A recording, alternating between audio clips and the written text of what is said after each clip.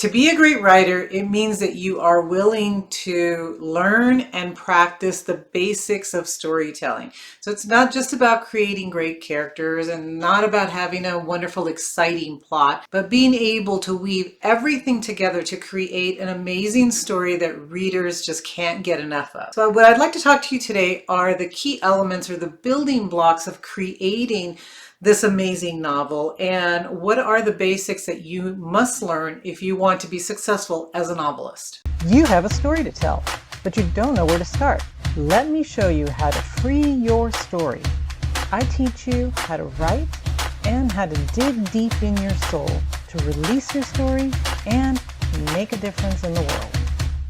I want to welcome you to the Julia Mata channel. This is a channel that I chose to start to help writers, to help people that are just starting or people that are already writing or need to be reminded of storytelling techniques in order to improve what you're already good at. So let's start talking about what those building blocks are to create an amazing story. Well, the first thing is going to be your characters.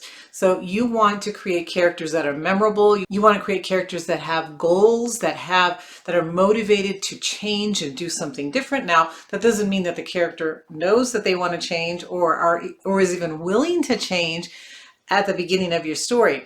But throughout the plot, your character must be motivated by something. They need to change or they want to change. So you want to have characters that are motivated to change. You also want to have characters that are relatable to your reader. So what is it about this character that is going to be either interesting, it's going to make your reader either connect with the character, dislike the character, but then there needs to be some kind of connection between the reader and the character. So you want to make your characters relatable in some way. And they should be complex. That means that they have fears, they have normal human emotions that make them complex in some way, that make them feel more like real people. So the first thing you want to do is study how to write these compelling characters. I have some videos that I can link below, but there are many, many books on creating great complex characters. So take the time to study and learn how to create amazing characters. The second building block to creating an amazing story is to have great scenes.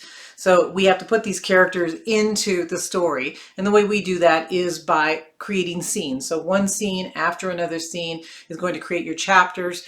Those chapters are going to create your novels. So you want to focus on creating great scenes that are by themselves almost a complete story. They have a beginning, they have a middle, they have an end. They have conflict. The character has a goal, and even that scene, there's a goal you're trying to achieve as the writer that you want to make sure you write and that it's evident to the reader that yes, there's a goal here that the character is trying to achieve, and it's going to start either in a very positive way and end in a negative way, or it's going to start with some challenge and it's going to end hopefully in a positive way. But there's got to be some type of change within that scene. Again, I will link a video on how to write scenes and how to make them compelling. But read up on how to create scenes. Watch videos on how to create great scenes, because with your character, having a great character and having great scenes where those characters play a major role is going to be a huge part of creating a good novel. The third thing that you want to keep in mind, or the next building block of storytelling, is having a structured plot or structured narrative. So it needs to make sense, right? You need to have major plot points. You need to have a conflict that's leading to this conflict in the middle of the book, and that conflict is unraveling in a way that is successful for the character, hopefully, that they're achieving the goal that they want to achieve. Now, how do you create a well-structured or a well-plotted novel? Well, that's another thing, another building block. Something else that you want to make sure you master is how to structure a novel, how to plot your story. I have made many videos on making sure that you outline your story and have a plan for the book. Now, again, not everybody likes to outline, not everybody needs to outline, but you should have an idea of the plot. So what does the character want at the beginning of the story? What are the obstacles? What are the things that are going to happen in the story to keep that character from getting his goal right at the beginning, because then the story's over. but what are the things, what are the plot points that are going to take place during the story? You should at least have some idea of where your story is going. Well, my favorite way to plot is using the hero's journey. I think a lot of the plotting books out there have different names, but they all basically use the same type of structure. You can use something like Save the Cat if you want. They have story beats. You can use the W plot structure that, again, I will link another video that I created about those plotting structures specifically. Again, my favorite just happens to be the hero's journey. It's one of the classics, and I think all story structure tend to follow that same structure. But your narrative structure of the plot is the spine of your story. If you don't have a structure, then your story is going to meander and it's not going to be very compelling to the reader. So whatever structure you decide you like best, you need to master how to do that, whether you actually outline it or whether you have it in your head and you intuitively are able to create a good structure. You need to understand what story structure is. Another element or building block of creating a great story is going to be having amazing dialogue. So once you know who your characters are, you've got to put them into those scenes and they're going to act, right? They're going to do things. There's going to be action, there's going to be dialogue, they're going to talk to each other. And so you want to learn or master how to write great dialogue. This will help your reader immerse himself into your book, into your story, because he's going to be right there with the characters listening to what they're saying. He's going to be involved in what they're saying. It's also one of the great things about dialogue is it allows the reader to understand who your character is. The character's personality is revealed through the things that he says and of course the actions that he takes within your story. But dialogue is important for you to master. And you can do that by listening to how do people speak, what are the things that they say to each other, also learning how to make it interesting. You don't want to write everything that a real person says, because a lot of times when we are speaking, we throw in a lot of ums and ahs, we talk about things that are irrelevant, or we just chit chat, and that's not what you want for your novel. But you do want to listen to like speech patterns. You want to listen to intonations that people have. Where do they pause? What kind of things do they say? What is the difference maybe between the way a child speaks, the way an adult speaks, the way a man speaks, the way a woman speaks? We all will speak slightly different depending on also who we are, what our careers are, our jobs, our education, our age, all of that. So master dialogue and how to include it and make it seem authentic, even though it's not going to be authentic, but make it feel authentic to the reader. Things that you will learn when you start to study dialogue is that you want to keep it as short as possible. So you're going to probably not write in complete sentences. So you want to cut all that chit chat and small talk and get right to the point. One of my suggestions too is to read your dialogue out loud. So how does it sound to you? Is it hard for you to say? If it is, then you might want to change it and make it feel more like you would really say it rather than the way it sounds on a page. The next building block or thing you want to master is how to create the world or the setting.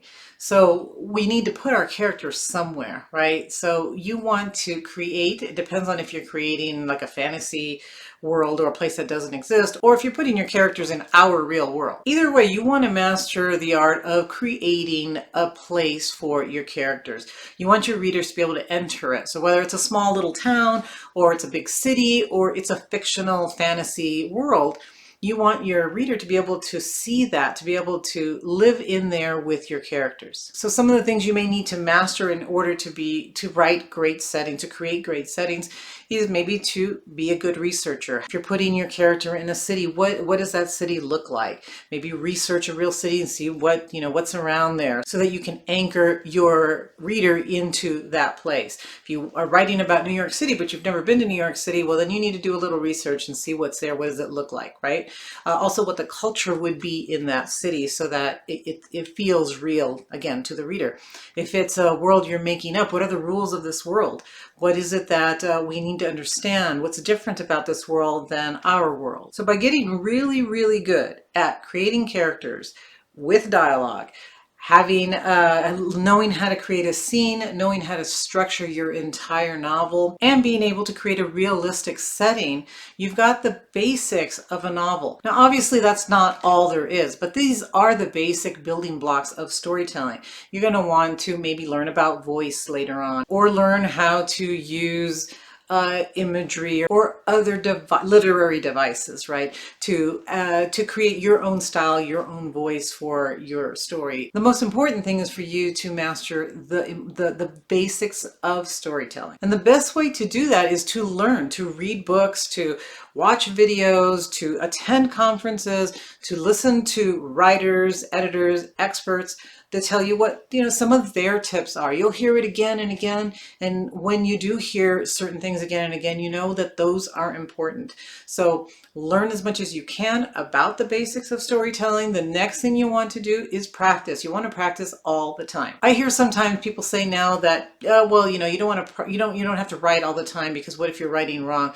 We do everything wrong when we first start, whether it's writing, whether it's swimming, whether it's cooking. But the more we do it, the more we start to realize what we're doing wrong. If you're writing and writing and writing and it's not working, your characters don't seem authentic, well, then go back and study some more and say, okay, what am I doing wrong? Also, reading other people doing what you're doing. So reading other people's novels, how do they create authentic characters? How do they create funny characters? How do they create evil villains? So the more you read other people's work and the more you practice actually doing it yourself, the more you are going to get better. So, yeah, don't practice because if you don't know what you're doing, you're practicing wrong. I've seen that, I've heard that advice, but I don't really agree with it, because we need to practice in order to get better. And you want to write every single day. All experts, no matter what field they're in, practice the basics. And the more they practice the basics, the closer they get to becoming a master at their craft. And so remember, writing is an art, but it's also a craft that we can learn if we practice and we focus on improving. So I hope that this has helped you think about and remember that we do need to go back and master those basics. If this has been helpful, again, always hit the like button and the share button, subscribe to my channel, and come back next week for another writing tip. I'll see you then.